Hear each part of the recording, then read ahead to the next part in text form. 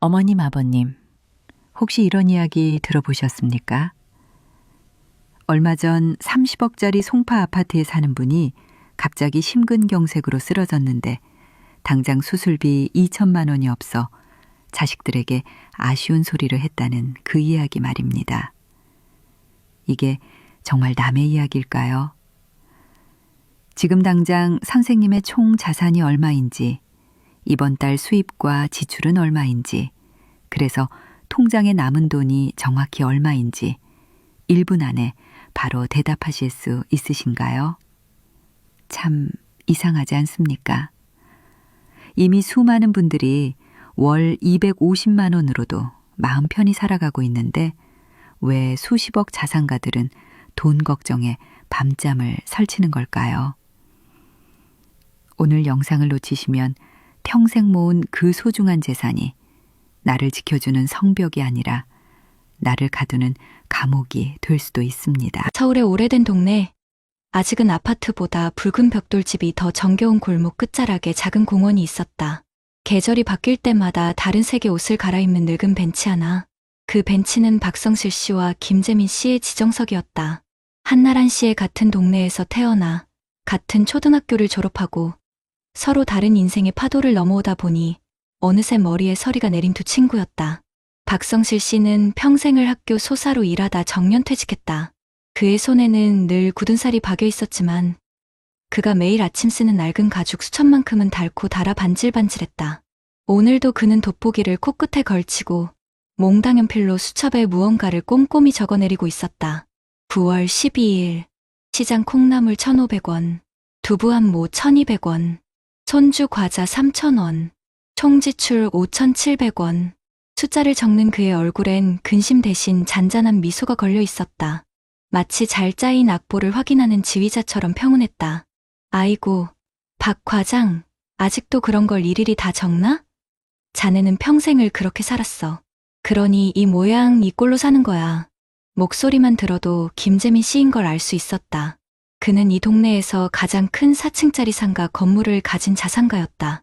번쩍이는 구두에 잘 다려진 재킷, 풍채 좋은 그의 얼굴엔 늘 무언가에 쫓기는 듯한 그늘이 드리워져 있었다.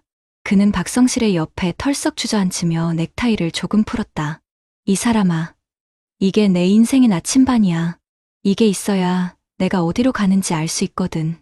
자네처럼 큰 배를 몬 적은 없지만 내 조각배는 단 한 번도 길을 잃은 적이 없다네. 박성실이 수첩을 소중히 품에 넣으며 웃었다. 김재민은 코웃음을 쳤다. 나침반은 무슨, 그 푼돈 적어서 뭐 할 건데. 나는 말이야. 어제 우리 막내 손주돌이라고 금수저 세트를 맞춰줬어. 500만 원이더군. 눈 딱 감고 긁었지.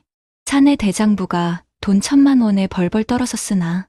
허어로운 웃음소리가 공원에 울렸지만 그 웃음은 어딘가 텅 비어 있었다. 그는 요즘 잠을 잘 자지 못했다.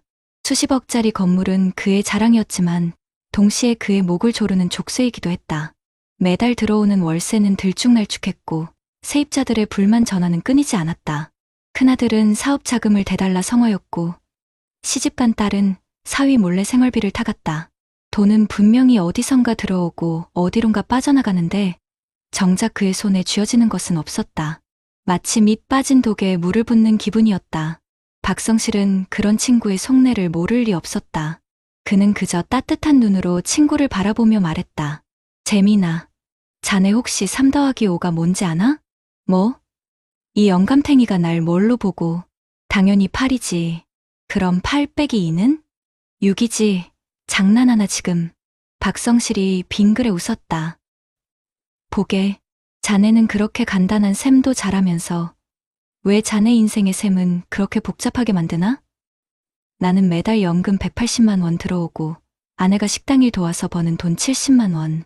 합이 250만 원이야. 거기서 우리 두 식구 생활비, 병원비, 공과금 다 빼고 나면 딱 5만 원이 남아. 나는 매달 5만 원씩 버는 부자라네. 이 수첩에 다 적혀 있지. 아주 간단한 셈이야. 그런데 자네는 한 달에 얼마가 들어오고 얼마가 나가는지 바로 대답할 수 있나? 김재민의 얼굴이 순간 굳었다. 대답할 수 없었다. 그는 자기 건물의 월세 총액이 얼마인지도 자식들에게 매달 얼마씩 지원하는지도 그래서 통장에 정확히 얼마가 남아있는지도 몰랐다. 그저 막연하게 나는 부자다라는 생각 하나로 버티고 있을 뿐이었다. 보이지 않는 돈. 그것은 거대한 안개처럼 그의 눈앞을 가리고 있었다. 박성실의 5만 원은 작지만 선명하게 보였고 그의 수십억은 크지만 희미했다. 그날따라 친구의 낡은 수첩이 세상 그 어떤 금고보다 더 단단하고 안전해 보였다. 며칠 뒤 김재민에게 폭풍이 몰아닥쳤다. 평온했던 일상에 갑자기 불어닥친 태풍이었다. 유난히 착하고 속 한번 썩인 적 없던 딸에게서 전화가 걸려왔다. 전화기 너머로 들려오는 딸의 목소리는 울음에 잔뜩 잠겨 있었다. 사위의 보증 문제가 터져 당장 2억 원을 막지 못하면 집이 경매로 넘어가고 길거리에 나앉게 생겼다는 것이었다. 하늘이 무너지는 것 같았다. 아, 아빠 죄송해요. 정말 죄송해요. 딸의 울음 섞인 목소리가 그의 심장을 후벼 팠다. 그는 당당하게 소리쳤다. 울지 마라. 이 애비가 있는데 뭐가 걱정이냐. 2억? 그거 해결해주면 될 거 아니야. 전화를 끊고 그는 곧장 은행으로 달려갔다.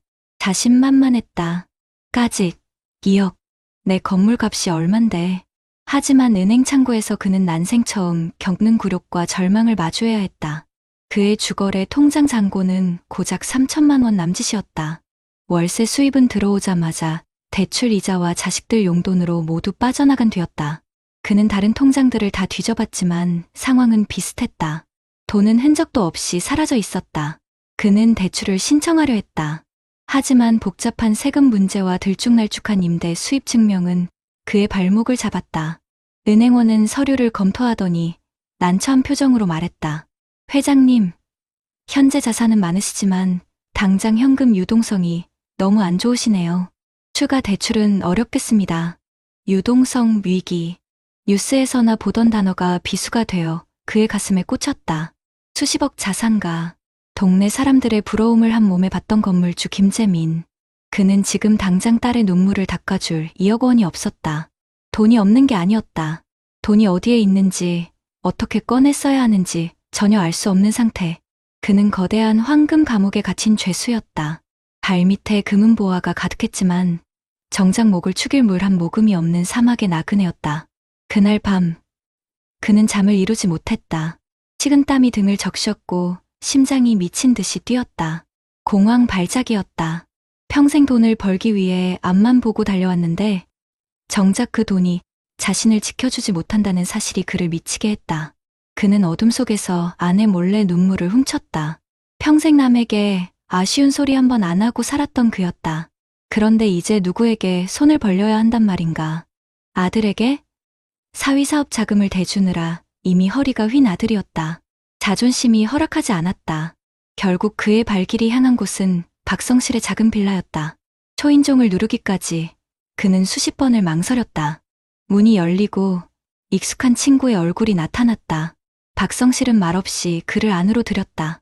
작은 거실에는 낡았지만 정갈한 살림살이들이 제자리를 지키고 있었다. 벽에는 아내와 함께 환하게 웃고 있는 흑백 결혼사진이 걸려 있었다. 그 평온한 풍경 앞에서 김재민은 끝내 무너져 내렸다. 그는 어린아이처럼 엉엉 울며 모든 것을 털어놓았다. 자신의 어리석음, 딸의 위기, 텅 빈 통장, 그리고 지독한 불안감까지. 그의 울음 섞인 고백을 묵묵히 듣고 있던 박성실은 조용히 안방으로 들어갔다. 잠시 후 그의 손에 낡은 통장 하나가 들려 있었다. 재민아, 이걸 받게. 통장이었다. 김재민은 떨리는 손으로 통장을 받아들었다. 박성실 이름 아래 찍힌 잔액은 정확히 5천만 원이었다. 성실아, 이게 무슨 돈이야? 비상금 통장이야. 우리 아내랑 내가 평생 모은 돈이지. 혹시라도 우리 둘 중 누가 아프거나 집에 큰일이 생기면 쓰려고 한 푼 두 푼 모은 돈. 다행히 아직 쓸 일이 없었네. 자네 딸 급한 불부터 끄게. 이자 같은 건 생각지도 말고. 김재민은 통장을 든 채마를 잊지 못했다. 2억에 비하면 턱없이 부족한 돈이었다. 하지만 이 5천만 원은 그가 은행에서 거절당했던 그 어떤 돈보다 무겁고 따뜻했다. 이것은 그냥 돈이 아니었다. 박성실 부부의 시간이었고 땀이었으며 미래에 대한 대비였다. 보이는 돈. 위기의 순간에 즉시 나를 지켜줄 수 있는 돈. 김재민은 눈물을 뚝뚝 흘리며 박성실의 손을 잡았다. 성실아, 내가 정말 잘못 살았다. 나는 평생 돈의 주인이 아니라 돈의 노예로 살았어. 내 돈이 어디 있는지도 모르고 그저 덩치만 믿고 허세를 부렸지. 자네는 진짜 부자였어. 그 순간 김재민은 깨달았다. 진짜 재산은 건물의 크기나 통장의 총액이 아니었다. 내 삶을 내 손으로 통제하고 있다는 안정감. 내일 무슨 일이 닥쳐도 최소한의 방패는 준비되어 있다는 믿음. 그것이 진짜 부였다. 박성실의 낡은 수첩과 3개의 통장 생활비, 비상금, 노후자금은 수십억짜리 건물보다 훨씬 더 강력한 성벽이었던 것이다. 김재민은 친구의 돈을 받지 않았다. 대신 그는 용기를 얻었다. 그는 다음 날 처음으로 온 가족을 불러 모았다. 그리고 자신의 모든 것을 투명하게 공개했다. 자신의 총자산, 매달 나가는 대출이자, 그리고 자식들에게 더 이상 무계획적인 지원은 해줄 수 없다는 선언까지. 처음에는 당황하던 자식들도 아버지의 진심 어린 고백과 눈물 앞에서 숙연해졌다. 온 가족이 머리를 맞대고 방법을 찾기 시작했다. 건물의 일부를 담보로 겨우 자금을 마련해 딸의 급한 불을 껐고, 아들은 아버지에게 손 벌리던 것을 멈추고 스스로 일어서기로 약속했다. 얼마 후 공원 벤치에 두 친구가 나란히 앉아 있었다. 박성실은 여전히 그의 낡은 수첩에 무언가를 적고 있었다. 그리고 그의 옆에는 조금은 어색한 손길로 새 노트에 숫자를 적어내려는 김재민이 있었다. 그는 이제 더 이상 명품 재킷을 입지도 허세를 부리지도 않았다. 그의 얼굴에선 지독한 불안감의 그늘이 걷히고 오랜만에 편안한 미소가 피어올랐다. 이 사람아, 이거 보통 일이 아니구만. 돈이 어디로 이렇게 새어나가는지 꼭 쥐고 있다고 생각했는데 손가락 사이로 다 빠져나가고 있었어. 김재민이 쑥스러운 듯 머리를 긁적였다. 박성실은 그런 친구를 보며 따뜻하게 웃었다. 이제라도 알았으니 다행이지. 인생의 가계부를 쓰는데 늦은 때란 없는 법이라네. 가장 중요한 건 말이야. 내 인생의 주인이 바로 나라는 사실을 잊지 않는 거야. 두 친구는 말없이 고개를 끄덕였다. 가을 햇살이 그들의 어깨 위로 따스하게 쏟아져 내리고 있었다. 돈의 액수가 아닌 삶의 주도권을 되찾은 노년의 얼굴은 그 어떤 부자의 얼굴보다 평온하고 행복해 보였다. 어머님, 아버님, 지금 당신의 인생 가계부는 안녕하신지요? 그 안에 적힌 숫자들이 당신을 웃게 합니까? 아니면 울게 합니까? 선택은 아직 늦지 않았습니다. 여러분 어떠시나요? 위의 사례는 정말 비참하고 서글픈 인생 아닌가요? 하지만 지금부터 소개해드리는 사례는 정반대의 선택으로 행복한 노후를 보내고 있는 분을 소개해드리겠습니다. 경기도 고양시의 한적한 아파트 단지. 매일 아침 6시면 어김없이 일어나 동네 공원을 한 바퀴 돌고 오는 최인규 씨의 하루는 40년간 교직에 몸담았던 시절처럼 규칙적이고 단정했다. 그의 손에는 신문 대신 언제나 직접 제본한 두툼한 파일철이 들려 있었다. 내 인생의 후반전 설계도라고 이름 붙인 그 파일 안에는 퇴직 후 매달 들어오는 공무원 연금 320만 원을 기반으로 한 촘촘한 예산안과 아내와의 노후 계획, 그리고 자식들에게 전하는 재정 원칙이 빼곡하게 적혀 있었다. 그는 돈이 아니라 계획이 노후를 지켜준다고 굳게 믿는 사람이었다.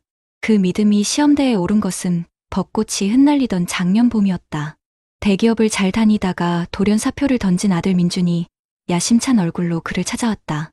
요즘 젊은이들 사이에 가장 인기 있다는 디저트 카페를 창업하겠다며 목 좋은 상가, 임대 보증금과 인테리어 비용으로 1억 원만 지원해달라는 것이었다. 아들은 반짝이는 눈으로 사업계획서를 펼쳐 보이며 장밋빛 미래를 약속했다. 아버지, 이건 그냥 돈 달라는 게 아니에요. 아들의 미래에 투자하시는 겁니다. 2년 안에 원금의 2배로 갚겠습니다. 아내의 눈빛도 하나뿐인 아들인데 이럴 때 도와줘야지라며 그를 압박했다.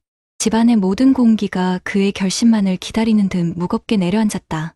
하지만 그는 단호하게 고개를 저었다. 민준아, 나는 내 미래에 투자하고 싶지. 내 실패에 돈을 대주고 싶지는 않다. 차가운 거절에 아들의 얼굴은 순식간에 굳어졌다. 아버지는 평생 그렇게 사셨죠. 그렇게 계산적으로. 돈이 없는 것도 아니면서 어떻게 아들한테 정말 실망입니다. 아들은 문을 박차고 나갔고 아내는 원망의 눈물을 흘렸다. 그날 밤 최인규 씨는 40년 만에 처음으로 혼자 거실 소파에서 잠을 청했다. 가슴 한구석이 시리고 아팠지만 그는 알고 있었다. 지금 1억 원을 내어주는 것은 아들을 위한 길이 아니라 아들의 실패를 예약하고 자신의 노후까지 저당 잡히는 가장 어리석은 선택이라는 것을. 그에게 돈은 자식을 통제하는 수단이 아니라 아내와 자신의 마지막 존엄을 지킬 최후의 보루였다. 자식에게 기댈 생각이 없었기에 자식의 인생에 무책임하게 올라탈 수도 없었다. 사랑이라는 이름으로 건넨 무분별한 도움이 실은 내 노후와 자식의 미래를 함께 무너뜨리는 독배가 될 수 있다는 사실을 그는 너무나 잘 알고 있었다. 그 후로 몇 달간 아들과의 관계는 얼음장처럼 차가웠다. 명절에도 아들은 얼굴을 비추지 않았다. 주변에서는 자식 이기는 부모 없다는데 너무 빡빡하게 군다며 수군거렸다. 외로웠지만 그는 흔들리지 않았다. 대신 그는 아내와 함께 계획했던 제주도 한 달 살기를 떠났다. 매일 아침 올레길을 걷고 저녁에는 작은 어촌 마을 식당에서 소주 한 잔을 기울이며 아내와 못다한 이야기를 나눴다. 연금 320만 원 안에서 모든 것을 해결했다. 하루 8만 원의 예산으로 숙박과 식비, 교통비를 모두 충당했다. 부족했지만 불편하지 않았다. 오히려 돈의 쓰임새를 정확히 알고 통제하고 있다는 사실이 그들에게 큰 안정감을 주었다. 그는 아내에게 말했다. 여보, 우리가 지금 누리는 이 자유, 이게 바로 우리가 평생 지켜온 원칙이 주는 선물이야. 민준이도 언젠가 깨달을 날이 올 걸세. 그의 말은 현실이 되었다. 아들은 아버지의 도움 없이 무리하게 대출을 받아 카페를 열었지만 반짝하던 유행은 금세 사그라들었고 설상가상으로 원자재 가격 폭등과 금리 인상이란 직격탄을 맞았다.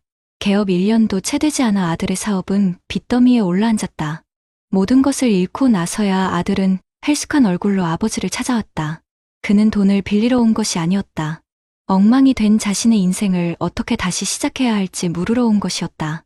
최인규 씨는 그제야 아들의 어깨를 말없이 두드려 주었다. 그는 통장을 내미는 대신 자신이 평생 지켜온 재정관리 파일을 아들 앞에 펼쳐 보였다. 그는 아들에게 돈을 주는 대신 돈을 관리하고 인생을 다시 설계하는 법을 가르쳐 주기 시작했다. 민준아, 넘어지는 건 실패가 아니다. 넘어진 자리에서 일어나지 못하는 게 진짜 실패다. 지금부터 아빠랑 같이 내 인생의 가계부를 다시 써보자. 부자는 빚을 청산하는 것부터 함께 계획을 세웠다.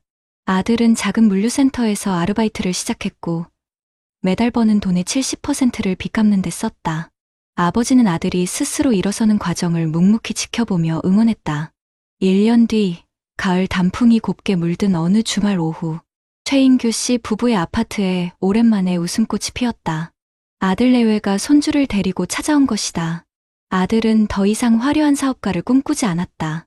대신 작은 회사에 재취업해 성실하게 월급을 받고 있었고 아내와 맞벌이를 하며 차근차근 빚을 갚아나가고 있었다. 며느리는 조심스럽게 봉투 하나를 내밀었다. 아버님, 어머님, 두 분 결혼기념일 선물이에요. 민준 씨랑 제가 매달 5만 원씩 모아서 준비했어요. 봉투 안에는 동남아 크루즈 여행 상품권이 들어있었다. 3박 4일짜리 저렴한 상품이었지만 최인규 씨 부부에게는 세상 그 어떤 선물보다 값졌다. 그것은 돈이 아니라 아들이 스스로의 힘으로 일어서 얻어낸 첫 번째 결실이었기 때문이다. 아들은 멋쩍게 웃으며 말했다. 아버지, 이제야 알겠습니다. 아버지가 그때 왜 돈을 안 주셨는지. 만약 그때 제가 그 돈을 받았다면 저는 지금 이 자리에 없었을 겁니다. 아버지는 제게 돈 대신 스스로 일어설 힘을 주신 거였어요. 정말 감사합니다. 그날 저녁 최인규 씨는 자신의 인생 후반전 설계도 마지막 장에 새로운 문장을 써넣었다. 가장 위대한 유산은 돈이 아니라 자식이 스스로의 삶을 책임질 수 있도록 지켜봐 주는 것이다. 그의 얼굴에는 수십억 자산가도 갖지 못한 깊은 평온함과 만족감이 가득했다. 그의 노후는 매달 들어오는 320만 원의 연금만큼이나 투명하고 안정적이었다. 통장 잔고의 액수가 아닌 삶을 완벽하게 통제하고 있다는 자신감.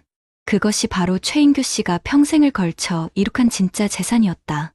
어머님, 아버님, 진정한 부는 통장에 찍힌 숫자의 크기가 아니라 내 삶의 운전대를 내가 직접 쥐고 있다는 단단한 믿음에서 나옵니다. 자식에게 물고기를 잡아주는 부모가 되시겠습니까? 아니면 낚시하는 법을 가르쳐주는 부모가 되시겠습니까? 그 선택에 당신과 자식의 미래가 모두 달려 있습니다. 앞선 사례들을 잘 보셨나요? 이런 문제들과 관련해서 전문가들과 통계 자료를 소개해드리겠습니다. 사실 김재민 씨 이야기는 드라마가 아니라 바로 우리 주변에서 흔히 볼 수 있는 일입니다. 우리나라 어르신들 자산을 들여다보면 열에 8분 부동산에 묶여 있다고 합니다.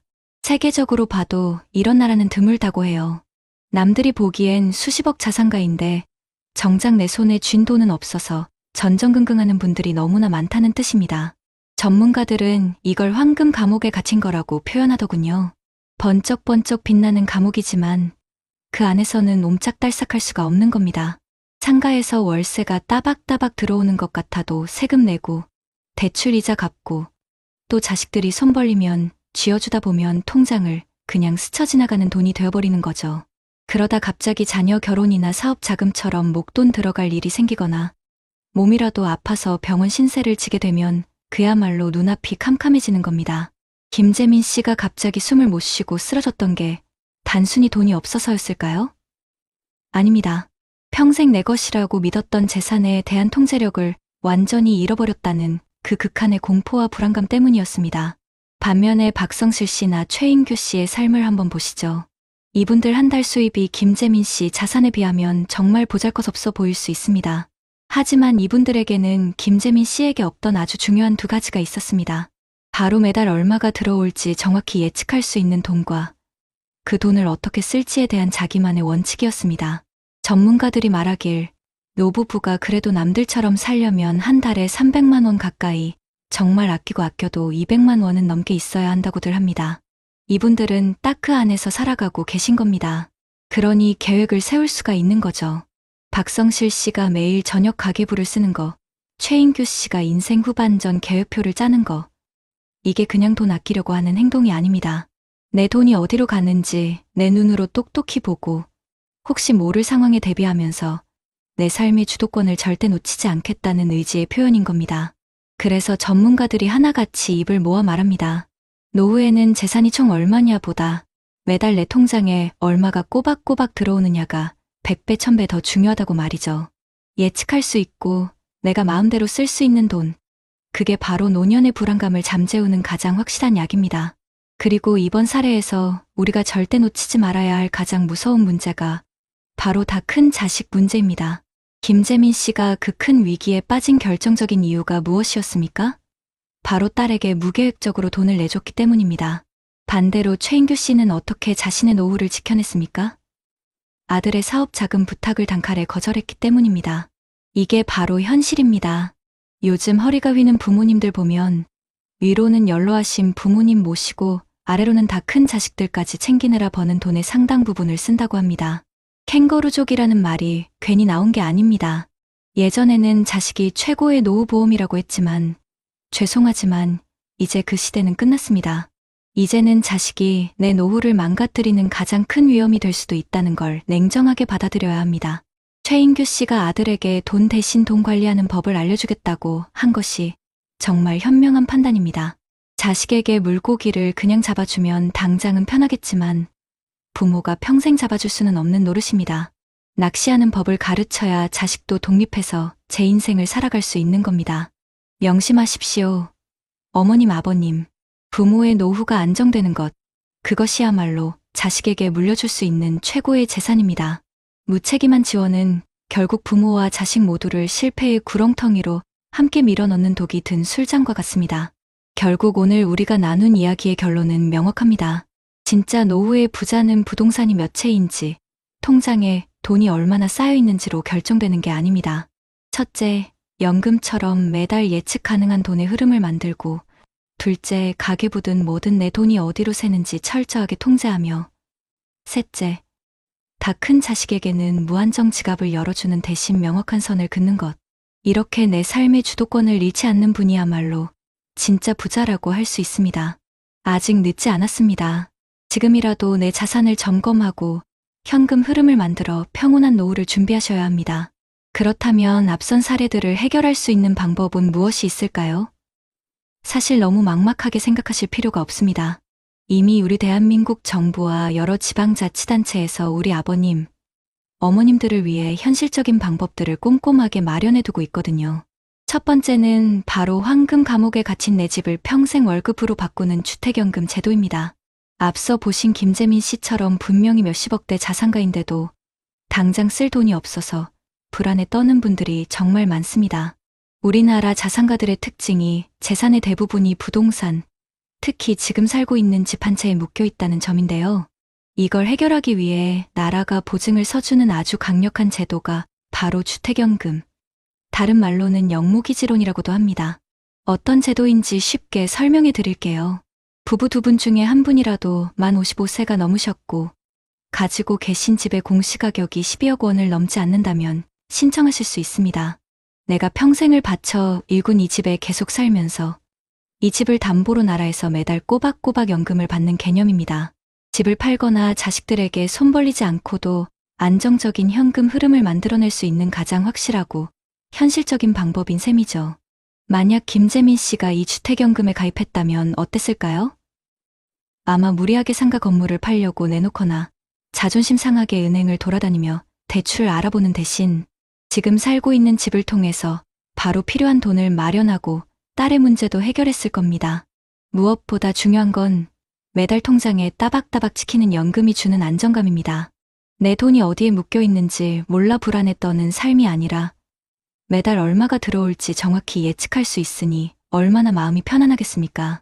이게 바로 존엄한 노후의 시작이 아닐까 싶습니다. 많은 금융 전문가들이 하나같이 이야기합니다. 우리나라 어르신들은 재산의 대부분이 집 한 채인 경우가 많기 때문에 주택연금은 이제 선택이 아니라 필수라고요. 이건 단순히 빚을 내는 게 아니라 내가 평생 일궈온 가장 큰 자산인 집을 잠에서 깨워서 나를 위해 일하게 만드는 아주 혁신적인 금융 기법이라는 겁니다. 자녀에게 무작정 집을 물려주는 것보다 안정적인 노후 생활로 자녀에게 짐이 되지 않는 현명한 부모가 되는 길이라고 많은 분들이 강조하고 있습니다. 두 번째 방법은 바로 자녀 리스크를 똑똑하게 차단하고 내 삶의 운전대를 내가 직접 쥐는 겁니다. 바로 노년층을 위한 금융 교육과 상담을 활용하는 방법인데요. 최인규 씨가 아들의 사업 자금 지원을 단호하게 거절하고 대신 돈 관리하는 법을 가르쳐 준 것은 정말 모든 부모님들이 본받아야 할 지혜입니다. 하지만 실상은 어떻습니까? 자식 이기는 부모 없다는 말처럼 마음에 걸려서 혹은 거절하는 방법을 몰라서 자녀에게 무분별하게 지원을 하다가 결국 노후 파산에 이르는 안타까운 경우가 너무나도 많습니다. 이렇게 다 큰 성인 자녀가 오히려 부모의 노후에 위험이 되는 걸 성인 자녀 리스크라고 하는데요. 이걸 관리하고 스스로 돈 계획을 세울 수 있도록 정부와 지자체에서 다양한 금융 교육 프로그램을 무료로 제공하고 있습니다. 예를 들어 금융감독원에서는 어르신들을 위해 전국의 노인복지관 같은 곳으로 직접 찾아가서 금융사기 예방법이나 노후 자산관리법을 알려주는 찾아가는 금융교육을 하고 있고요. 살고 계신 동네의 행정복지센터나 노인복지관에만 가보셔도 은퇴 후의 돈을 어떻게 설계해야 하는지, 상속이나 증여는 어떻게 하는 게 좋은지, 심지어 가계부 쓰는 법까지 아주 실질적인 돈 관리 방법을 알려주는 무료 강좌나 상담이 항상 열려 있습니다.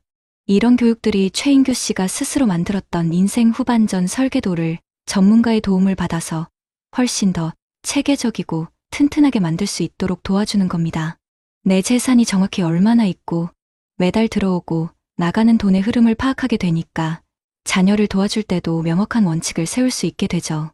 잘 모른다는 막연한 불안감에서 벗어나 나는 이제 잘한다는 자신감을 갖게 되면 자녀가 아무리 무리한 요구를 해와도 감정에 휩쓸리지 않고 현명하게 중심을 잡고 판단을 내릴 수 있게 됩니다.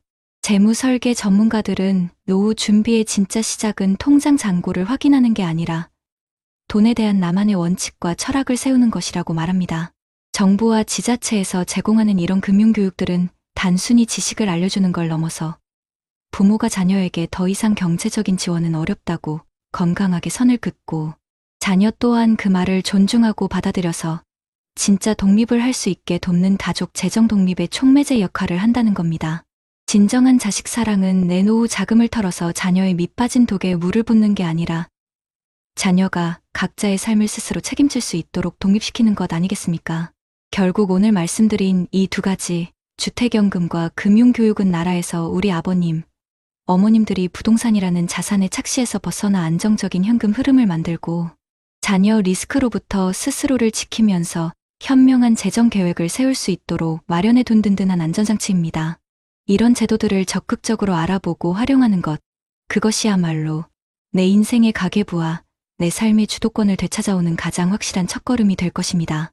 흙먼지 묻은 작업복을 털어내며 쌓아올린 벽돌 한 장, 한 장, 아이들 웃음소리와 아내의 저녁 짓는 냄새가 스며들었던 우리 집.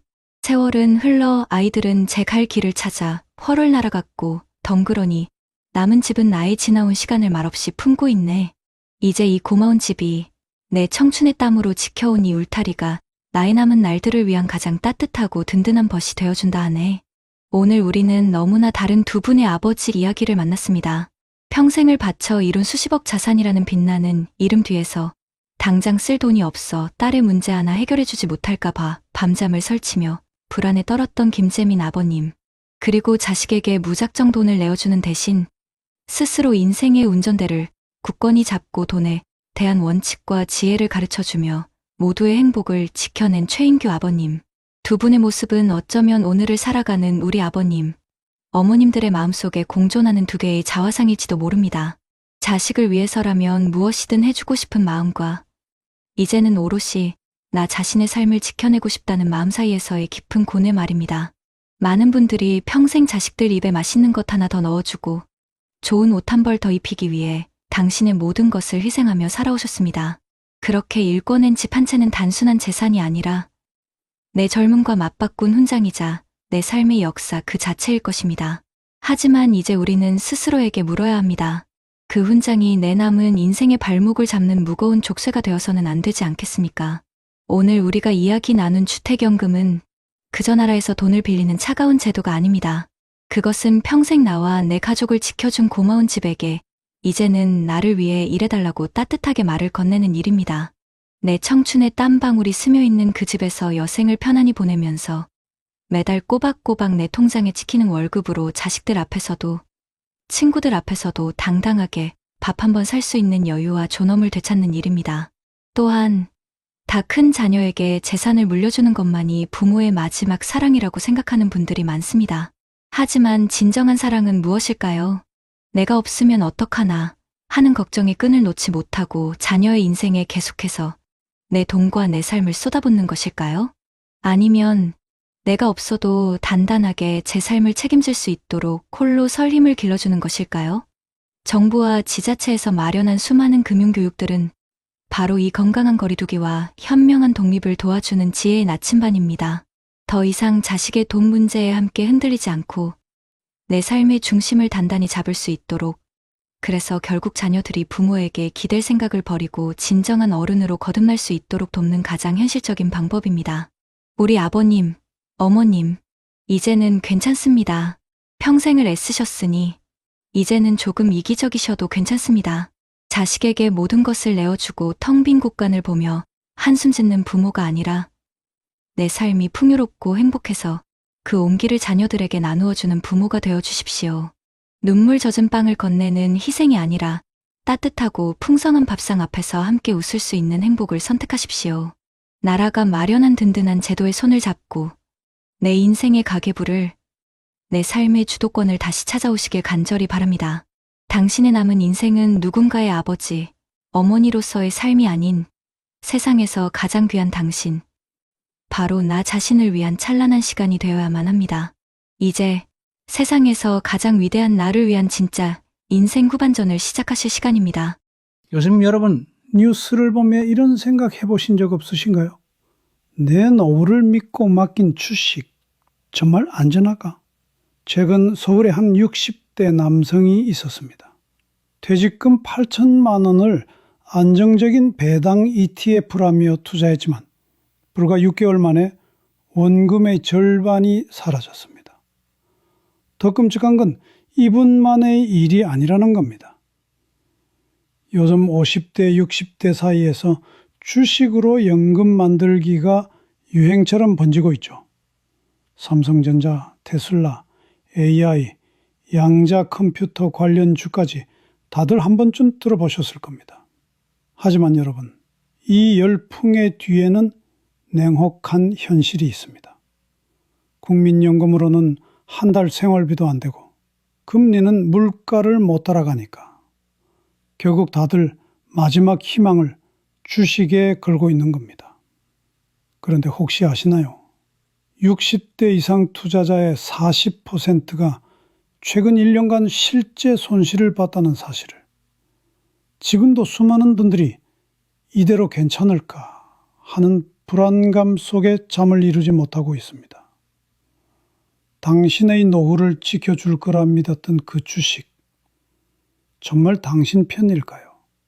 제가 그 억울한 사연을 말씀드릴 테니 제발 끝까지 들어주세요. 경기도 용인 수지구의 한 아파트. 해질 무렵의 작은 거실에는 형광등 불빛이 희미하게 번지고 있었다. 책상 위에는 주식으로 내 노후를 바꾼 사람들이라는 두꺼운 책이 펼쳐져 있었다. 그 책을 읽던 사람은 62살의 정혜수 씨였다. 한때 중견 전자부품회사에서 30년간 근무하며 정 부장이라 불리던 사람이었다. 그의 퇴직금은 1억 5천만 원. 퇴직식 날 동료들은 축하한다고 웃었지만 정 씨는 그날 밤집에 돌아와 오래된 소파에 앉아 한참을 멍하니 있었다. 이 돈으로 앞으로 30년을 살아야 하는데 그 생각이 머리를 짓눌렀다. 그날 이후 그는 매일 새벽 유튜브에서 50대 주식 투자법, 은퇴자 배당 ETF라는 영상들을 찾아보기 시작했다. 어느 순간부터 책상 위에는 주식 관련 서적이 쌓여갔다. 아내 이선영 씨는 그 모습을 보며 한숨을 쉬었다. 여보, 이제 좀 쉬어.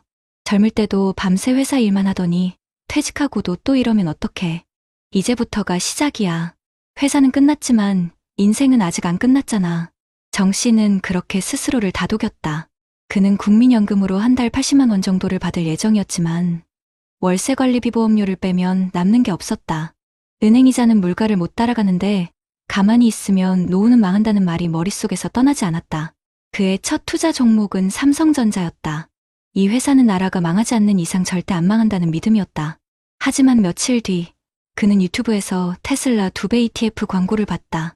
요즘 50대, 60대가 테슬라로 인생 역전했다는 문구가 화면에 번쩍였다. 영상 속에는 은퇴 후 매달 분배금 받는 비결, 커버드콜로 월세처럼 수익 얻는 법이라는 제목들이 이어졌다. 정 씨는 그날 밤잠을 이루지 못했다. 내가 그동안 너무 보수적으로 살았던 건 아닐까? 나도 도전해야 하나? 결국 그는 새벽 3시 휴대폰을 들고 투자 버튼을 눌렀다. 그의 1억 5천만 원 중 절반인 7,500만 원이 미국 S&P 500 ETF와 커버드콜 상품으로 들어갔다. 나머지는 AI 양자 컴퓨터 관련주로 나눠 샀다. 그의 책상 옆에는 언제나 주식 투자 책이 놓여 있었다. 책에는 형광펜 자국과 메모가 빼곡했다. 배당주 안정, ETF 분산, 공포에 팔지 말라. 그는 매일 새벽 5시에 일어나 뉴욕 증시를 확인했고 저녁 식사 때면 아내에게 그래프를 보여주며 말했다. 봐봐. 오늘은 3% 올랐어. 이제 우리도 월세 수입처럼 돈이 들어올 거야. 아내는 씁쓸하게 웃었다. 여보, 그게 진짜 월세처럼 꾸준히 들어오면 좋겠네. 하지만 2025년 봄, 미국 나스닥이 급락했다. AI 관련주와 테슬라 2배 ETF는 순식간에 30% 가까이 떨어졌다. 정 씨의 계좌에는 빨간 숫자가 아닌 짙은 파란색 손실 표시가 떠 있었다. 그는 처음엔 괜찮다고 생각했다. 장기 투자니까 괜찮아. 버티면 오르겠지. 그러나 손실이 40%를 넘어가자 밤마다 불면증이 찾아왔다. 그날도 새벽 2시, 정 씨는 불을 켜고 책상 앞에 앉아 있었다. 책상 위에는 반쯤 읽다 만 주식 투자 책이 열려 있었다. 책 귀퉁이에 이런 문장이 밑줄로 표시되어 있었다. 시장은 언제나 이성을 잃은 사람의 돈을 가져간다. 그 문장을 바라보며 그는 한참을 멍하니 있었다. 거실로 나온 아내가 다가와 조용히 물었다. 여보, 우리 이제 그만할까? 그냥 남은 돈이라도 지키자. 정 씨는 고개를 저었다. 아니야. 이건 잠깐 흔들리는 거야. 다들 이 시기를 지나야 성공하는 거야. 그의 목소리엔 다급함이 섞여 있었다. 퇴직 전에는 냉정하고 분석적인 부장이었지만 지금의 그는 마치 바다 위에서 손을 부르는 사람처럼 불안해 보였다. 그 무렵 딸이 찾아왔다. 아빠, 요즘 뉴스 봤어? 60대 이상 투자자 손실률이 40%래. 엄마 걱정 많아. 정 씨는 미소를 지었다. 아빠는 달라. 나는 공부하고 하는 거야. 다들 ETF 몰라서 손해보는 거야. 그의 말에 딸은 잠시 말을 멈췄지만 방 안에 쌓인 주식 서적들을 보고 아무 말 없이 나갔다. 며칠 뒤, 그는 친구들과 점심을 먹었다. 다들 은퇴 후 골프나 등산 이야기를 나누었지만 정 씨의 머릿속은 온통 주가 생각뿐이었다. 야, 요즘 테슬라 봤냐? 다시 반등할 조짐이 보여. 그는 흥분해서 말했지만 친구 하나가 조용히 말했다. 혜수야, 너 너무 몰입하는 거 아니냐? 주식은 인생의 일부지 전부는 아니야. 정 씨는 잠시 웃었지만 그 말이 이상하게 오래 마음에 남았다. 집으로 돌아오는 길, 그는 지하철에서 휴대폰을 켰다. AI 성장 기대감으로 상승 전환. 그 문구를 보고 다시 희망이 생겼다. 그래, 아직 기회는 있다. 그는 다시 500만 원을 추가로 넣었다.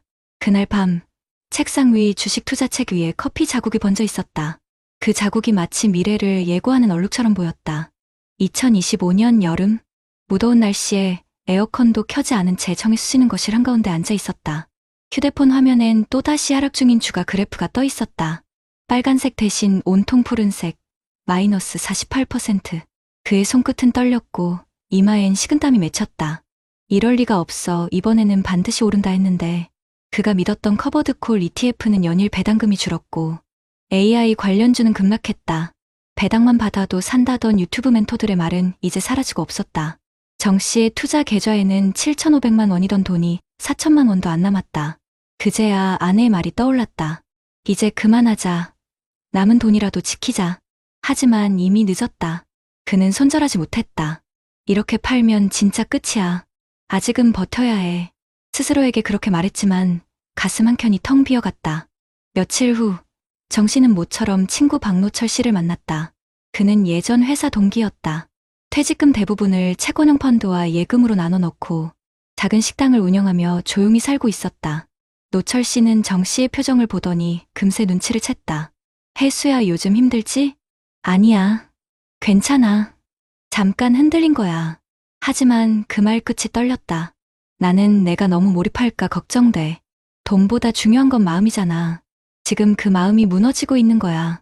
그날 집으로 돌아온 정 씨는 문득 주식 투자책을 꺼내 들었다. 손때 묻은 책장을 넘기던 그는 노후의 돈은 불리는 것보다 지키는 게 먼저다라는 문장을 발견했다. 잠시 동안 아무 말도 하지 못했다. 그동안 자신이 지키려 했던 건 돈이 아니라 자존심이었다. 퇴직 후 무능한 노인으로 보이기 싫었던 것이다. 그날 저녁 아내가 조심스레 말을 꺼냈다. 여보, 이젠 그냥 조금이라도 남은 돈으로 마음 편하게 살면 안 될까? 우리 욕심 내려놓자. 당신이 힘들어 보여. 정 씨는 고개를 숙였다. 미안해. 내가 너무 늦게 깨달았네. 그는 고개를 들지 못한 채 눈가를 훔쳤다. 이 책 처음엔 희망이었는데 지금은 나한테 비처럼 느껴진다. 며칠 뒤, 그는 결심했다. 남은 4천만 원 중 절반은 안정형 채권 ETF로, 나머지는 생활비 통장으로 옮겼다. 휴대폰 속 증권 앱을 삭제하며 말했다. 이제 숫자 대신 사람을 좀 봐야겠다. 그 후 정 씨는 새벽마다 시장 그래프 대신 근처 공원의 새벽 하늘을 보며 걷기 시작했다. 그는 말없이 하늘을 올려다보며 작은 숨을 내쉬었다. 이제야 조금 살겠다. 가을이 되자 딸이 손자를 데리고 찾아왔다. 손자의 작은 손이 정 씨의 손등을 잡았다. 할아버지, 우리 같이 놀자. 그 한마디에 정 씨는 웃으며 대답했다. 그래, 이제는 할아버지가 내 친구 할게. 아내는 식탁 위에 커피를 내려놓으며 조용히 물었다. 이젠 괜찮아?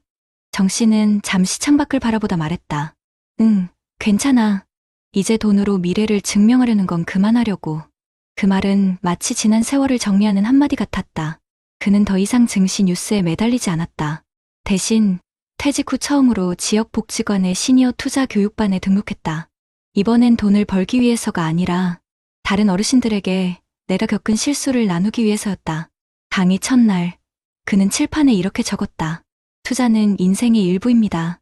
그러나 인생을 전부 투자로 만들면 남는 건 외로움뿐입니다. 그는 강단 아래 앉은 또래의 어르신들을 바라보며 천천히 말을 이었다. 우리 세대는 참 억울하죠. 평생 일했는데도 연금은 부족하고 물가는 오르고 자식들은 자기 살기도 바쁘고 그래서 다들 주식이 마지막 희망이라 생각하죠. 하지만 제가 해보니까 진짜 중요한 건 마음의 안정이더군요. 청중 중 몇몇은 눈시울이 붉어졌다.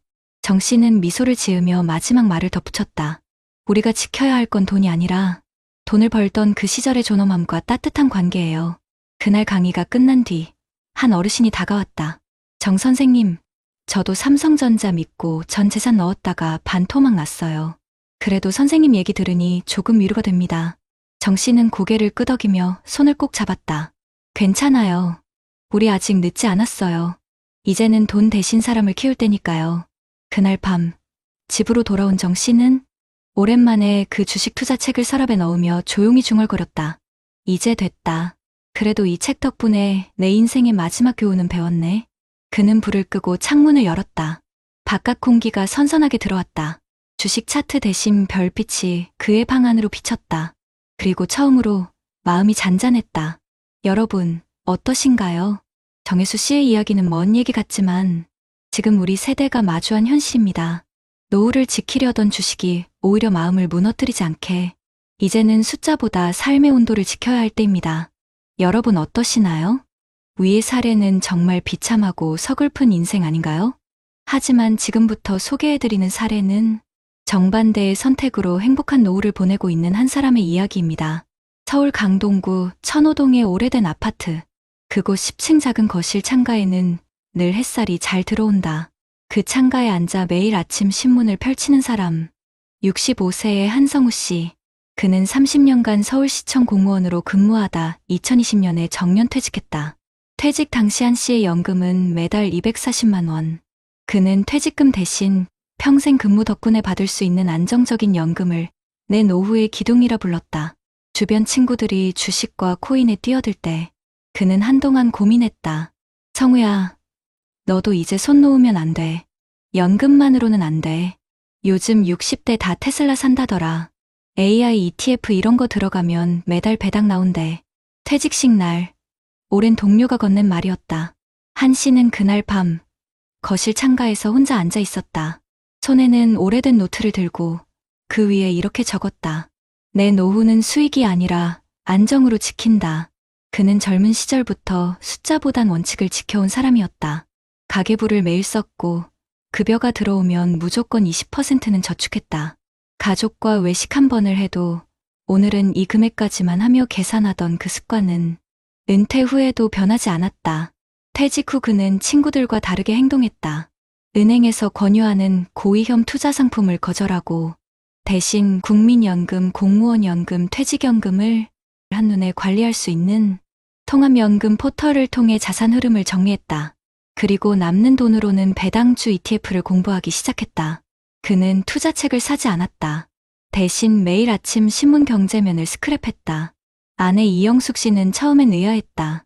여보, 요즘은 다 유튜브 보고 투자한다는데 당신은 왜 아직 신문을 봐? 신문엔 광고가 없어. 유행이 아니라 사실이 나오잖아. 그 대답에 아내는 미소를 지었다. 한 씨의 하루는 단순했다. 아침엔 신문, 점심엔 산책, 오후엔 지역복지관 시니어 금융교실 수업. 그곳에서 그는 ETF 구조와 분산 투자 원칙을 배웠다. 강의 첫날 강사가 한 말이 아직도 그의 머리에 남아있다. 돈은 겁낼 때 잃고 지킬 때 불어납니다. 그날 이후 그는 자신의 돈을 목적별로 나눴다. 생활비 통장, 비상금 통장, 투자 통장. 그리고 투자 통장에는 단 2개의 상품만 넣었다.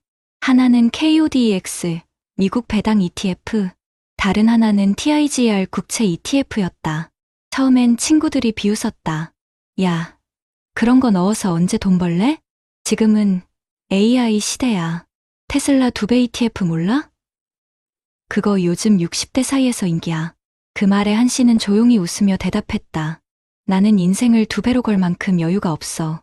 하지만 갈등은 집 안에서도 찾아왔다. 아들 현우는 스타트업을 운영하며 늘 아버지에게 새로운 투자를 권했다. 아버지, 요즘 코인 시장 반등이에요. 이더리움 사두면 몇 달 만에 2배 갑니다. 연금만 믿고 살기엔 시대가 너무 빨라요. 한 씨는 잠시 아들의 말을 들은 후 자신의 오래된 노트를 펼쳤다. 그 위에는 이렇게 적혀 있었다. 나는 내 노후를 변동성이 아닌 시간에 맡긴다. 현우야, 아빠는 너처럼 빠르게 달릴 필요 없어. 나는 지금 천천히 걸을 때야. 그 말에 아들은 답하지 못했다. 그러던 어느 날 뉴스에서 60대 투자자 40% 손실이라는 제목이 떴다. 한 씨의 친구들 몇몇은 그 손실을 직접 겪었다. 어떤 이는 퇴직금 1억이 절반으로 줄었고, 어떤 이는 커버드콜 ETF 배당금이 줄어 생활비를 감당하지 못했다. 그 소식을 들은 날 밤, 한 씨는 아내에게 말했다.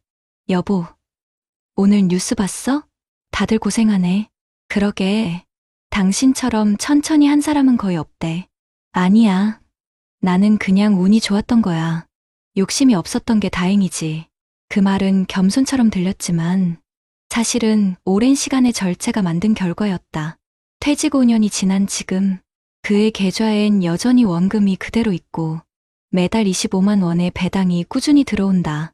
생활비의 대부분은 연금으로 충당되고 남는 돈으로는 손주 용돈과 여행비를 마련한다. 그는 여전히 매일 아침 신문을 읽고 신문 옆에 놓인 작은 수첩에 이렇게 쓴다. 오늘도 손실은 없고 마음은 편안하다. 하지만 그 평온함이 오기까지는 그 역시 불안과 흔들림의 시기를 견뎌야 했다. 2023년 금리 인상으로 배당 ETF 수익률이 떨어졌을 때 그는 잠시 마음이 흔들렸다. 나도 조금은 더 공격적으로 해볼까? 그런 유혹이 고개를 들었다. 그러나 그는 그날 저녁 거울을 보며 혼잣말을 했다. 내 나이에 또다시 흔들리면 내 삶 전체가 흔들리겠지. 그는 조용히 노트를 덮었다. 그리고 다시 원칙으로 돌아갔다. 그날 이후 그의 삶엔 불안 대신 규칙이 자리했다. 그는 돈을 쫓지 않고 돈이 자신을 따라오게 만들었다. 2025년 가을, 강동구 천호동의 하늘은 유난히 맑았다. 한성우 씨는 아내와 함께 작은 공원 벤치에 앉아 있었다. 길가엔 코스모스가 피어있고 아이들의 웃음소리가 들려왔다. 아내가 손수 싸온 도시락을 꺼내며 물었다. 당신, 요즘 얼굴이 편해 보여. 무슨 좋은 일 있었어? 한 씨는 웃으며 말했다. 그냥 주식 앱을 끄고 나니 세상이 다시 보이네. 그는 지난 봄, 과감히 스마트폰에서 증권 앱을 삭제했다. 그 이후로 계좌를 들여다보는 대신 매달 말이면 이메일로 들어오는 배당 내역서를 한번 확인하는 게 전부였다. 그의 수익률은 크지 않았다. 하지만 놀랍게도 원금은 단 한 번도 줄지 않았다. 그는 말했다. 이제 내 통장은 돈이 있는 곳이 아니라 마음이 쉬는 곳이야. 그의 오랜 친구 박재홍 씨는 달랐다. 같은 시청 출신이었지만 퇴직금 일부를 테마주에 투자했다가 최근 손실로 고민이 깊었다. 그날도 커피를 마시며 말했다. 야, 넌 참 대단하다. 나는 2천만 원 벌겠다고 시작했는데 벌써 1,000만 원이 날아갔어. 근데 넌 배당만으로도 여유롭잖아. 한 씨는 커피잔을 내려놓으며 조용히 대답했다. 나는 돈보다 마음을 먼저 관리했어. 돈은 잃어도 마음이 흔들리면 회복이 어렵더라고. 그 말에 친구는 잠시 아무 말도 하지 못했다. 그들은 오래도록 커피잔을 사이에 두고 묵묵히 앉아 있었다. 그날 밤, 한 씨는 아내와 함께 저녁을 먹었다. 팁 50대, 60대 노후 준비, 실패 사례에 대한 뉴스가 흘러나왔다. 은퇴 후 공격적인 투자에 나섰던 60대 남성, 최근 급락으로 생활고에 시달리며 극단적인 선택. 그 소식에 아내는 젓가락을 멈췄다. 참 무섭다, 그치? 당신은 정말 현명한 선택을 한 거야. 한 씨는 잠시 화면을 바라보다가 말했다. 아니야. 나도 그럴 뻔했지. 다만 운 좋게 욕심이 조금 덜했을 뿐이야. 그의 눈빛엔 묘한 안도감과 슬픔이 함께 있었다. 그는 자신의 책상 위에서 오래된 노트를 꺼냈다. 그 속엔 작은 글씨로 적힌 문장이 있었다. 돈을 벌기보다 잃지 않는 삶을 배우자. 그는 그 문장을 손가락으로 천천히 따라 읽었다. 그리고 웃었다.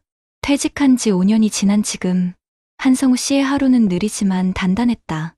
아침엔 신문을 읽고 점심엔 아내와 동네 도서관을 찾아 독서 모임을 운영했다. 그 모임 이름은 느린 배당회. 참여자 대부분은 60대 이상 시니어들이었다. 매주 수요일 10명 남짓한 어르신들이 모여 각자의 재테크 실수를 나누며 웃곤 했다.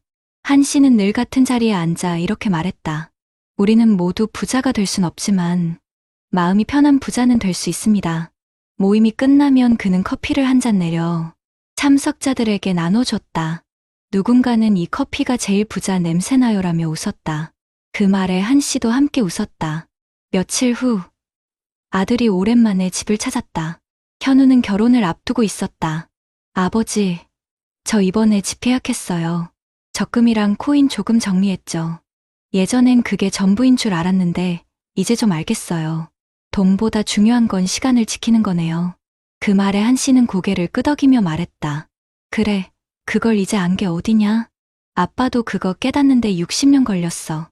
아들은 잠시 웃다가 아버지의 손을 꼭 잡았다. 아버지 덕분이에요. 그 순간 한 씨는 가슴이 따뜻해졌다. 돈으로 얻은 행복이 아니라 삶으로 얻은 평온한 자부심이었다. 그날 밤 그는 창가에 앉아 노트를 펼쳤다. 오늘의 날짜 아래 이렇게 썼다. 연금은 내 뼈대, 배당은 내 호흡, 가족은 내 힘. 창밖엔 은은한 불빛이 깔려 있었다. 멀리서 들려오는 버스 소리, 그 위에 겹치는 손자의 웃음소리. 그는 그 소리를 들으며 마음속으로 말했다. 내 노후는 실패가 아니라 완성이다. 시간이 흘러 한 씨는 노후 강의 초청을 받았다. 강단에 선 그는 천천히 말을 이었다. 여러분, 우리는 늘 돈을 키우는 법만 배웠죠. 하지만 이제는 돈을 지키는 법을 배워야 합니다. 주식도, 연금도 다 좋지만 결국 우리를 살리는 건 마음의 여유예요. 강연이 끝나자 한 어르신이 눈시울을 붉히며 다가왔다. 선생님, 저도 그동안 너무 불안했어요. 이젠 연금만으로 사는 게 부끄럽지 않게 느껴지네요. 한 씨는 고개를 끄덕이며 손을 잡았다. 그게 바로 부자의 시작이에요. 그날 저녁, 그는 다시 창가에 앉았다. 책상 위엔 낡은 신문과 작은 메모 한 장. 그 위엔 이렇게 쓰여 있었다. 내 노후는 잔고가 아니라 관계로 증명된다. 그는 커튼을 걷고 하늘을 올려다봤다. 붉은 노을이 천천히 지고 있었다. 그리고 그는 조용히 웃었다. 그의 노후는 불안이 아닌 안정의 이름으로 누구보다 단단하고 따뜻하게 빛나고 있었다. 여러분, 결국 노후의 행복은 얼마를 벌었느냐보다 얼마나 마음이 편하냐에 달려 있습니다. 한성우 씨의 선택처럼 조금 느리더라도 지켜낼 수 있는 삶, 그게 진짜 성공 아닐까요? 여러분, 두 사람의 이야기를 들으시면서 어떤 생각이 드셨나요? 사실 정혜수 씨와 한성우 씨의 삶은 단순한 개인의 차이가 아닙니다. 2025년 현재 대한민국 50대와 60대가 마주한 현실을 보여주는 하나의 단면입니다. 통계청이 올해 발표한 고령층 경제활동 및 자산 현황에 따르면 60세 이상 인구의 약 절반이 여전히 경제활동 중이며 그중 절반 이상은 생활비 부족 때문에 일을 계속한다고 답했습니다. 또한 한국금융연구원의 가계 자산관리 보고서에 따르면 은퇴자 10명 중 7명은 연금 외에 추가적인 수입원을 찾기 위해 금융투자를 시작했다고 합니다. 그 이유를 물어보니 가장 많은 답변이 예금 이자로는 생활이 안 된다였습니다. 이 말은 곧 지금의 노년 세대에게 투자는 선택이 아니라 생존의 문제라는 걸 의미하죠. 하지만 문제는 이 투자의 방향에 있습니다. 국내 금융감독원이 발표한 자료를 보면 60대 이상 투자자의 평균 투자 손실률이 마이너스 18%, 70대 이상은 마이너스 23%로 나타났습니다. 특히 2024년 이후 인공지능, 양자 컴퓨터, 코인, 두배 레버리지 상품 같은 고위험 투자 열풍이 일어나면서 단기간에 수익을 내겠다는 심리가 크게 증가했습니다. 실제로 50대 이상 투자자의 약 3분의 1이 고위험 상품에 투자한 경험이 있다고 합니다. 이는 불과 몇 년 전보다 2배 가까이 늘어난 수치입니다. 통계청과 금융감독원 모두 공통적으로 말합니다. 고령층 투자자일수록 위험자산 비중이 커지고 있으며 그 이유는 은퇴 후 현금 흐름에 대한 불안감 때문이다. 그렇다면 반대로 안정적인 노후를 지킨 사람들은 어떤 특징이 있었을까요? 한국금융소비자연맹의 고령층 금융습관 조사 결과를 보면 퇴직 후 몇 년 안에 자산의 절반 이상을 안정형 금융상품에 분산한 사람들은 10년 뒤 자산 유지율이 90%가 넘었습니다. 반면 공격적으로 투자한 사람들의 평균 자산 유지율은 60% 수준에 머물렀습니다. 여기서 중요한 건 수익률이 아니라 유지율이죠. 돈을 얼마나 벌었느냐보다 얼마나 잃지 않았느냐가 노후의 삶을 좌우한 것입니다. 또한 국민연금공단의 노후 준비 실태 조사에 따르면 60대 이상 은퇴자 중 절반 이상이 투자 실패로 노후 계획이 틀어졌다고 응답했습니다. 특히 퇴직금 전액을 한꺼번에 투자한 사람 중 절반 이상이 3년 안에 손실을 경험했다고 합니다. 이와 달리 정기적인 연금과 배당 중심의 소득 구조를 만든 사람들은 노후에 가장 만족한다는 응답 비율이 월등히 높았습니다. 이 수치는 한성우 씨 같은 계획형 은퇴자들이 왜 심리적으로 더 안정된 삶을 유지하는지를 보여주는 중요한 데이터입니다. 해외 연구들도 흥미로운 결과를 제시합니다. 미국의 한 연구소가 발표한 자료에 따르면 은퇴자들이 고수익 단기 투자를 반복할수록 우울증과 불면증, 대인기피증 등 심리적 불안감이 높아지는 경향을 보였습니다. 반면 배당 중심의 장기 포트폴리오를 운용한 그룹은 심리 안정도가 크게 높게 측정됐습니다. 이는 투자 수익보다 심리적 평온이 노후 행복의 핵심이라는 사실을 보여줍니다. 영국의 한 경제 연구기관이 발표한 보고서에서도 노년층의 투자 스트레스는 건강 수명 단축과 직접적으로 연관된다고 분석했습니다. 즉, 돈을 불리려는 과도한 스트레스가 결국 노후의 삶의 질을 무너뜨리는 셈입니다. 국내에서도 비슷한 흐름이 있습니다. 한국보건사회연구원이 발표한 고령층 정신건강과 금융불안의 상관관계 연구에서 최근 1년간 투자 손실을 경험한 60세 이상 남성의 40% 이상이 우울감과 무기력감을 호소했다고 밝혔습니다. 또한 투자 손실액이 수천만 원을 넘은 경우 1년 내 병원 진료율이 2배 이상 증가했다는 데이터도 있습니다. 이 보고서는 노년층의 재무 안정성이 곧 건강 안정성으로 이어진다고 결론 내렸습니다. 즉, 한성우 씨처럼 안정적인 수입 구조와 절제된 투자 습관을 가진 사람들은 심리적으로도 건강하고 사회적 관계를 유지하며 평균 행복지수가 훨씬 높다는 것입니다. 그런데 여러분, 여기서 더 주목해야 할 점이 있습니다.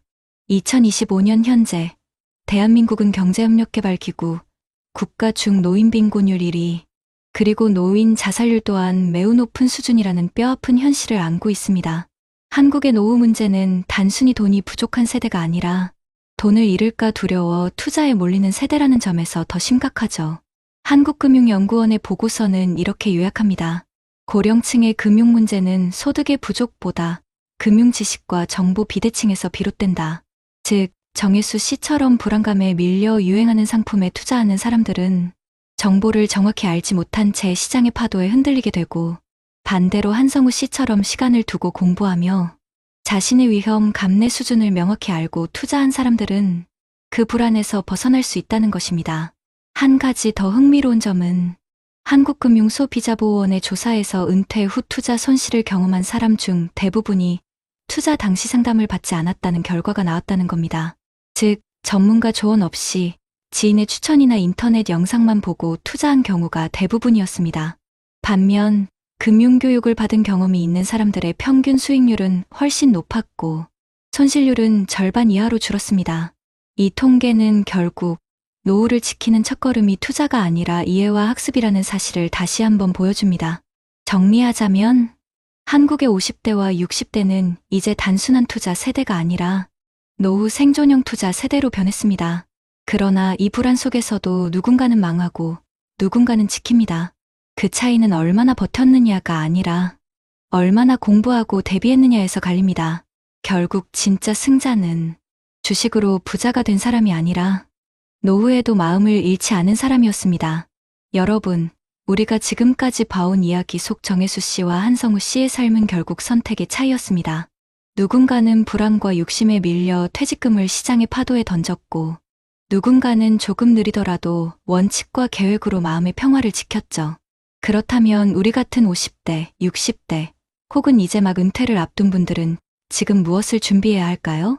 다행히 요즘은 정부와 지자체, 그리고 여러 기관에서 노후의 불안을 덜어주는 정책과 제도를 다양하게 내놓고 있습니다. 우선 중앙정부의 정책부터 살펴보면 금융위원회와 보건복지부는 2024년 말부터 고령층 금융안정 종합대책을 본격 시행했습니다. 이 제도는 단순히 연금만을 늘리는 것이 아니라 노년층이 안전하게 투자하고 현금 흐름을 관리할 수 있도록 돕는 실질적인 금융 안전망입니다. 예를 들어 시중은행과 연계해 노후 자산 상담 전담 창구를 전국 주요 도시 지점에 설치했고, 60세 이상 고객이 고위험 상품에 가입할 경우에는 의무적으로 상품, 구조와 위험도를 2차례 이상 설명하도록 하는 제도가 시행됐습니다. 즉, 투자 전에 이 상품이 당신의 노후에 어떤 영향을 미칠 수 있는가를 직접 들을 수 있게 바뀐 것이죠. 또한 국민연금공단은 올해부터 내 연금 리모델링 서비스를 확대해 한 번의 조회로 국민연금, 퇴직연금, 개인연금의 예상, 수령액과 세금까지 한눈에 확인할 수 있도록 했습니다. 이제는 내가 몇 살까지 얼마를 받을 수 있는가를 손쉽게 비교할 수 있는 시대가 된 겁니다. 지자체들도 적극적으로 나서고 있습니다. 서울시는 시니어 금융학교 프로그램을 운영하며 50대 이상 시민에게 배당 ETF, 연금 수령 계획, 노후 자산 배분법 등을 직접 가르치고 있습니다. 이 과정은 단순한 강의가 아니라 실제로 자신의 통장을 분석하고 가상의 포트폴리오를 만들어 위험도를 계산해보는 실습 중심 교육입니다. 부산시는 금융돌봄센터를 통해 10일 상담 서비스를 운영하고 있고 고령층이 잘못된 투자로 피해를 입었을 때 법률 상담과 피해 회복 절차를 지원하는 제도도 시행 중입니다. 대구시는 시니어 금융케어 프로그램을 만들어 은퇴자들이 월 생활비와 의료비 지출을 분석받고 필요시 지역 신협과 연계해 저리 생활안정자금을 대출받을 수 있도록 돕고 있습니다. 이런 정책들은 단순한 복지가 아니라 노후의 자립과 금융주권을 되찾는 시스템으로 자리 잡고 있습니다. 특히 최근에는 디지털 약자 보호 정책이 함께 추진되고 있습니다. 노년층의 금융피해 중 상당수가 온라인 모바일 투자 과정에서 발생하기 때문에 행정안전부는 2025년부터 고령층 비대면 금융안전인증제를 도입했습니다. 이 제도는 65세 이상 고령자가 앱을 통해 고위험 상품을 구매할 때 추가 인증을 거치고 가족이나 지정 보호자에게도 알림이 가도록 하는 시스템입니다. 단 한 번의 실수로 전 재산이 날아가는 비극을 막기 위한 장치죠. 이런 변화들은 한성우 씨처럼 신중하게 투자하려는 사람들에게 큰 도움이 되고 있습니다. 또한 보건복지부는 100세 시대 자산건강 캠페인을 추진하면서 금융뿐 아니라 건강과 복지를 함께 묶은 노후 설계 지원을 확대했습니다. 예를 들어 60세 이상 은퇴자에게는 재무건강 통합상담을 무료로 제공하고 자산관리뿐 아니라 의료비, 치매 대비, 주거비 지원까지 한 번에 점검할 수 있게 했습니다. 이 서비스는 현재 서울, 부산, 광주 등 전국 10개 지역에서 시범 운영 중이며 향후 전 지자체로 확대될 예정입니다. 해외로 눈을 돌리면 우리보다 먼저 고령화 시대를 맞이한 나라들의 대응책에서도 배울 점이 많습니다. 일본은 이미 10년 전부터 시니어 자산보호법을 시행하고 있습니다. 이 법은 65세 이상 투자자가 금융상품을 구매할 때 거래은행이 반드시 수익구조와 손실 가능성을 음성 영상으로 녹취하도록 의무화하고 있습니다. 이 자료는 분쟁 발생 시 법적 증거로 사용됩니다. 또한 일본의 지방자치단체는 고령층 금융도우미 제도를 운영해 경제적으로 불안정한 어르신에게 금융전문가가 주기적으로 방문해 가계 지출과 투자 상황을 함께 점검해 줍니다. 우리나라의 금융돌봄센터도 이 제도를 모델로 만들어졌죠. 미국은 조금 다릅니다.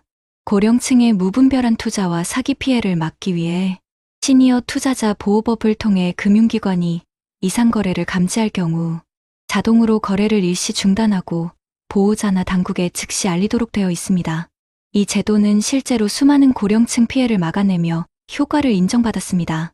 또한 미국의 여러 주에서는 60세 이상 은퇴자에게 무료 재무상담 바우처를 제공해 은퇴자들이 개인 재정 계획을 전문가와 함께 세울 수 있도록 돕고 있습니다. 이러한 제도는 단순히 돈을 지키는 수준이 아니라 노년층이 스스로 경제적 결정을 내릴 수 있게 해주는 경제적 자립 시스템의 핵심으로 평가받고 있습니다. 이렇듯 세계 각국이 공통적으로 강조하는 것은 하나입니다. 고령층의 노후 안정은 복지의 문제가 아니라 금융교육의 문제다. 우리나라 역시 이 방향으로 가고 있습니다. 올해부터 전국 평생학습관과 주민센터에서는 고령층 자산관리 아카데미가 순차적으로 열리고 있으며 기초연금 수급자도 누구나 참여할 수 있습니다. 여기에서는 단순히 돈을 불리는 법이 아니라 투자 사기 예방, 합리적인 소비 계획, 세금 절약법까지 함께 배울 수 있습니다. 결국 핵심은 이겁니다. 퇴직금으로 승부를 보는 시대는 끝났습니다. 이제는 내 자산을 어떻게 안전하게 흘려보내고 어떤 구조로 평생 현금 흐름을 만들 것인가가 진짜 노후의 승부처입니다. 정부와 지자체의 제도를 적극적으로 활용하고 무엇보다 스스로 배우고 대비하는 사람만이 시장의 파도 속에서도 흔들리지 않는 노후를 맞을 수 있습니다. 그것이 바로 정혜수 씨와 한성우 씨의 갈림길, 그리고 우리 모두가 반드시 넘어야 할 인생의 두 번째 분기점입니다. 한 사람은 욕심을 쫓다 잃어버렸고, 한 사람은 욕심을 내려놓고 지켜냈다. 하루의 차리, 한 번의 선택, 그 작은 갈림길에서 두 인생의 노을이 달라졌다. 여러분, 우리는 모두 같은 세월을 건너왔습니다. 가정을 지키고, 자식을 키우며 일터에서 버티고, 그렇게 평생을 달려온 세대입니다. 그런데 인생의 마지막 문턱, 퇴직 이후의 시간 앞에서 누군가는 흔들리고 누군가는 웃음을 지었죠. 정혜수 씨는 퇴직금 1억 5천만 원을 손에 쥐고 이 돈으로 노후를 바꾸겠다는 열망으로 시작했습니다. 하지만 불안이 그를 이끌었고 욕심이 그를 무너뜨렸습니다. 그래프의 숫자가 그의 마음을 지배했고 계좌의 색깔이 그의 하루를 결정했습니다. 그는 돈을 벌기 위해 투자했지만 결국 가장 소중한 마음의 평온을 잃었습니다. 반면 한성우 씨는 같은 세대, 같은 은퇴자였지만 조용히 신문을 펼치며 하루를 시작했습니다. 그는 단 한 번도 한 방을 꿈꾸지 않았습니다. 나는 내 노후를 불리는 게 아니라 지킨다. 그 한마디가 그의 인생을 바꿨죠. 그는 숫자 대신 시간을, 수익 대신 사람을 믿었습니다.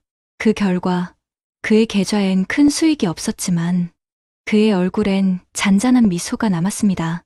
여러분, 인생의 성공은 더 많이 가지는 데 있지 않습니다. 끝까지 잃지 않는 마음, 그리고 오늘을 감사히 바라보는 시선에 있습니다. 우리가 지켜야 할 것은 통장 잔고가 아니라 그 잔고를 채우기 위해 흘린 세월의 의미 아닐까요? 이제는 물어봐야 합니다. 나는 무엇을 지키며 살고 있는가?